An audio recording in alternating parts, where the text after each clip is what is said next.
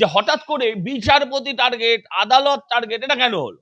বিচারপতিরা যাতে এই সমস্ত এসআইআর কার্যে যাতে যুক্ত না হন, এবং যদি যুক্ত হন তাহলে যেন সরকার বিরোধী কথাবার্তা না বলেন, তার জন্য ভয় দেখানো শুরু।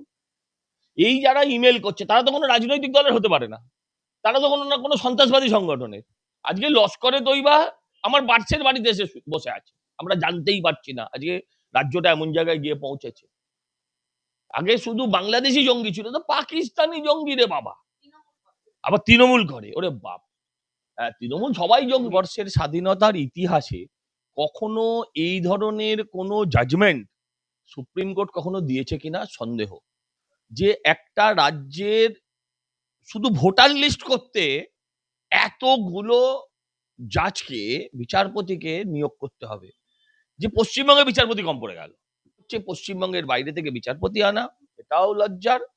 আর বিচারপতি দিয়ে ভোটার লিস্ট তৈরি করা, তাহলে আমার মনে হয় শুধু ইলেকশন কমিশন নয়, এই নির্বাচন পরিচালনার ক্ষেত্রেও সুপ্রিম কোর্টের প্রধান বিচারপতিদের কাছে আমার হাত জোর করে আবেদন যে আপনারাও উপস্থিত থাকুন, এমন ভাবে ভোট দিন যে ভোটের ফল বেরোনোর পরে যেন তৃণমূলীদের আর খুঁজেই না পাওয়া যায়। তাদের যদি খুঁজেই না পাওয়া যায়, আপনার বাড়ি ভাঙতেও কেউ আসবে না। খুব সহজ সরল অঙ্ক। জন্য বাঙালি, বাংলার ভোটার, বৈধ ভোটার, তার নাম যেন না বাদ যায়। ঠিক সেরকম ভাবে ববি হাকিমের এটাও বলা উচিত ছিল, একজন অবৈধ ভোটারের নামও যেন ভোটার লিস্টে না থাকে। এটা কিন্তু ওরা বলছে না, এবং ওটা ডেলিভারেটলি বলছে না। কারণ একটা জঙ্গিকেও পশ্চিমবঙ্গের পুলিশ ধরতে পারে না, সবকে অন্য রাজ্য থেকে পুলিশ এসে ধরে নিয়ে যায়। এই রাজ্যে কাজ নেই, তার দায় মুখ্যমন্ত্রী। তার জন্য কি আমি সেই মুখ্যমন্ত্রীর দল করব আর ভারত বিরোধী কাজে লিপ্ত হব? ভিন রাজ্য থেকে বিচারপতি এনে এসআইআর এর কাজ সম্পন্ন করতে হবে, কারণ কেন এসআইআর এর কাজ বিলম্বিত করা যাবে না, এমনটাই সুপ্রিম কোর্টের নির্দেশ। কিন্তু কল্যাণ ব্যানার্জি সেখানে বললেন তারা তো ভাষা জানে না, সেজন্যই উড়িষ্যা, ঝাড়খণ্ড থেকে আনা হবে। সজল দা, এবার কি জব্দ মমতা বন্দ্যোপাধ্যায়? এগুলো জব্দ কি স্তব্ধ এটা তো পরের, কিন্তু আজকে এমন একটা জায়গায় পৌঁছলো, ভারতবর্ষের স্বাধীনতার ইতিহাসে কখনো এই ধরনের কোনো জাজমেন্ট সুপ্রিম কোর্ট কখনো দিয়েছে কিনা সন্দেহ। যে একটা রাজ্যের শুধু ভোটার লিস্ট করতে এতগুলো জাজকে, বিচারপতিকে নিয়োগ করতে হবে, যে পশ্চিমবঙ্গে বিচারপতি কম পড়ে গেল। যে এটা যে কত বড় লজ্জার, দুটোই লজ্জার। এক হচ্ছে পশ্চিমবঙ্গের বাইরে থেকে বিচারপতি আনা, এটাও লজ্জার। আর বিচারপতি দিয়ে ভোটার লিস্ট তৈরি করা, তাহলে আমার মনে হয় শুধু ইলেকশন কমিশন নয়, এই নির্বাচন পরিচালনার ক্ষেত্রেও সুপ্রিম কোর্টের প্রধান বিচারপতিদের কাছে আমার হাত জোর করে আবেদন যে আপনারাও উপস্থিত থাকুন, আপনারাও এই প্রক্রিয়াটার মধ্যে নিজেদের যুক্ত রাখুন। কারণ পশ্চিমবঙ্গের মানুষ একটা সুস্থ গণতান্ত্রিক ভোটাধিকার চায়। আমি বলছি বাংলাদেশেও কিন্তু এত জামাত রাজের পরও কিন্তু সুস্থ গণতান্ত্রিক ভাবে ভোট হয়েছে, বিএনপি এসেছে। বাংলাদেশের থেকেও কি পশ্চিমবঙ্গটা আমি খারাপ? বাংলাদেশে কি হয়েছে বলতে পারবো না, কিন্তু পশ্চিমবঙ্গের অবস্থা ভোট তো করানো না না সম্ভব বলছে, হয়নি হ্যাঁ ভোট, সজল দা। না না ভোট হয়েছে, হ্যাঁ, ভোট হয়েছে, ভোট সুষ্ঠুভাবে, অন্তত হ্যাঁ। রক্তপাত সেভাবে হয়নি এটা বলতে পারি। কিন্তু সুষ্ঠু ভোট হয়েছে কিনা সেটা আমার পক্ষে জানা নেই। তো আমার বক্তব্য হচ্ছে পশ্চিমবঙ্গে রক্তপাতবিহীন, সুষ্ঠু এবং ভয়মুক্ত ভোট করতে হবে। ভোট দিতে গিয়ে মানুষকে যেন চিন্তা করতে না হয় যে বাড়ি ফেরার পর আমার কি হবে, বা এখান থেকে যদি বিরুদ্ধ মতের প্রার্থী জেতে তাহলে আমার কি হবে। আমি সমস্ত ভোটারদের কাছে আবেদন করব, এমন ভাবে ভোট দিন যে ভোটের ফল বেরোনোর পরে যেন তৃণমূলীদের আর খুঁজেই না পাওয়া যায়। তাদের যদি খুঁজেই না পাওয়া যায়, আপনার বাড়ি ভাঙতেও কেউ আসবে না। খুব সহজ সরল অঙ্ক। সজল দা, আর একটা বিষয়, এই যে ভাষাগত সমস্যা, সেই জন্য উড়িষ্যা, ঝাড়খণ্ড, কল্যাণ কিসের ব্যানার্জি ভাষাগত সমস্যা? ভাষাগত সমস্যাটা কিসের? বলছে বিচারপতি বাংলা ভাষা বুঝতে পারবে তো। কেন বিচারপতি বাংলায় কথা বলবে কেন? বিচারপতি বাংলায় কথা বলতে হবে এমন কথা কোথায় লেখা আছে? খুব বেশি হলে একটা দোভাষী রেখে দেবেন। বিচারপতিকে বাংলা বলতে হবে এমন কথা কোথাও লেখা নেই। আর একটা বিষয়, ফিরহাদ হাকিম বলছে একজন বাংলার ভোটার যারা, একজনও না বাদ যায়। আমরা একদম আমিও তার সাথে একমত। ওনার কোনো মতের সাথে একমত না হলেও আমি একমত, যেন একজনও বাঙালি, বাংলার ভোটার, বৈধ ভোটার, তার নাম যেন না বাদ যায়। ঠিক সেরকম ভাবে ববি হাকিমের এটাও বলা উচিত ছিল, একজন অবৈধ ভোটারের নামও যেন ভোটার লিস্টে না থাকে। এটা কিন্তু ওরা বলছে না, এবং ওটা ডেলিভারেটলি বলছে না। যে একজন অবৈধ ভোটারের তালিকায় ভোটার লিস্টে নাম থাকবে, এটা আজকে লস্করে তৈবা আমার বার্সের বাড়িতে এসে বসে আছে, আমরা জানতেই পারছি না আজকে রাজ্যটা এমন জায়গায় গিয়ে পৌঁছেছে।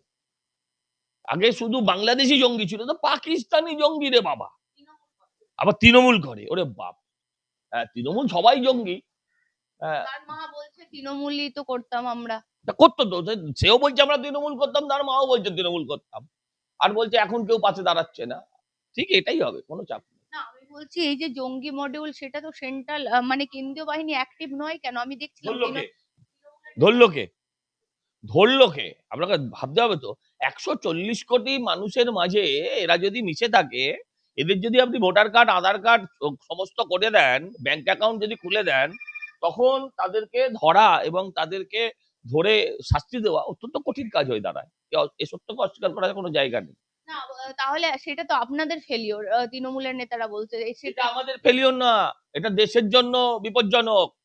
তৃণমূলের নেতাদের তো দেশের প্রেম নেই, তাদের তো দেশ লক্ষ্য নয়, তাদের প্রয়োজন বৃহত্তর বাংলাদেশ, বৃহত্তর বাংলাদেশ।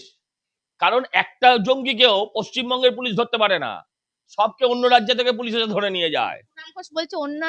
কুণাল ঘোষ বলছেন অন্যান্য 13টা রাজ্যে হয়েছে, তাহলে আপনারা শুধু বাংলাকে টেনে এনে কুৎসা করছেন কেন? অন্যান্য 13টা রাজ্য গুনেছে, হ্যাঁ নিশ্চয়ই কেন্দ্রীয় পুলিশ তারা পর্যবেক্ষণ করবে, তারা নিরীক্ষণ করবে, কিন্তু তারাও তো ধরে। আমি বলছি এই রাজ্যে একটা দেখান যে তারা উগ্রপন্থীকে গ্রেপ্তার করেছে এবং উগ্রপন্থী বলে ঘোষণা করেছে, সন্ত্রাসবাদী বলে ঘোষণা করেছে।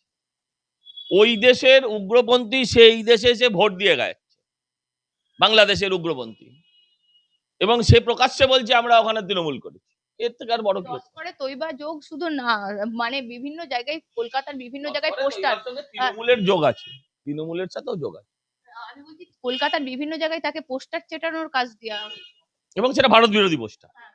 এবং সেগুলো ভারত বিরোধী পোস্টার। তৃণমূল আর কি এগুলো, যেমন কাজ নেই, কি করবে? তার মা বলছে কাজ নেই এই রাজ্যে, কি করবে? এই রাজ্যে কাজ নেই বলে আমি রাষ্ট্রবিরোধী কাজকর্মে লিপ্ত হব?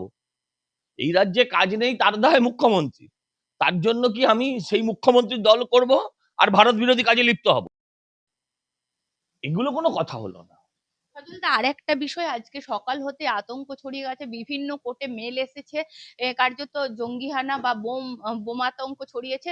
সেখানে মুখ্য সচিব বলছে নিরাপত্তার ব্যাপারটা আমরা খতিয়ে দেখছি, কিন্তু এই যে সকাল হতেই মেল, ভোটের আগে এই পরিস্থিতি, একটা বিশৃঙ্খলার পরিস্থিতি চলছে রাজ্যে। এর আগে কোন শৃঙ্খলা ছিল পশ্চিমবঙ্গে? পশ্চিমবঙ্গটাই তো বিশৃঙ্খল, এতে আবার আলাদা করে বিশৃঙ্খলার কি আছে? বিচারপতিরা আতঙ্কিত। আর যাতে বিচারপতির এই ব্যবস্থার সঙ্গে, এসআইআর এর সঙ্গে যুক্ত না হয়, তার জন্য কেউ ভয় দেখাচ্ছে কিনা সেটা দেখুন।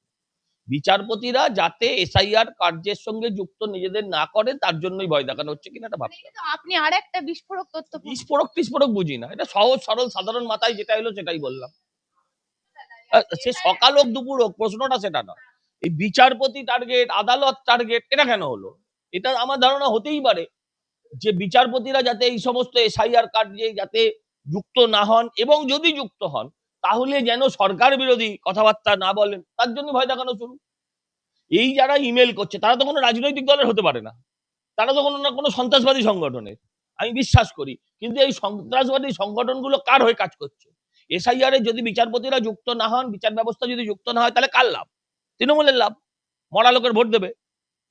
মানে যাতে প্রক্রিয়াটা সঠিকভাবে না করা হয় তাদেরকে। এটা আমার ধারণা, ভ্রান্ত হতে পারে, আমার ধারণা। নয়তো হঠাৎ করে, আরে লোকে বলবে কোথায়? লোকে বলবে রাইটার্স বিল্ডিং এ আছে, লোকে বলবে হাওড়া ব্রিজে আছে, শিয়ালদা স্টেশনে আছে, এয়ারপোর্টে আছে, না নবান্নে কেউ রাখবে না, উনিই তো সব নিয়ে ঘোরাফেরা করেন। তো আমার বক্তব্য যে সেই সব জায়গায় হতে পারে। হঠাৎ করে কোড গুলোকে কেন বেছে নেওয়া হলো? বলছি কোড গুলোকে কেন বেছে নেওয়া হলো? নিশ্চয়ই এটাই লোক মানে ওদেরকে আতঙ্কিত করে দাও, এরকম একটা হতে পারে।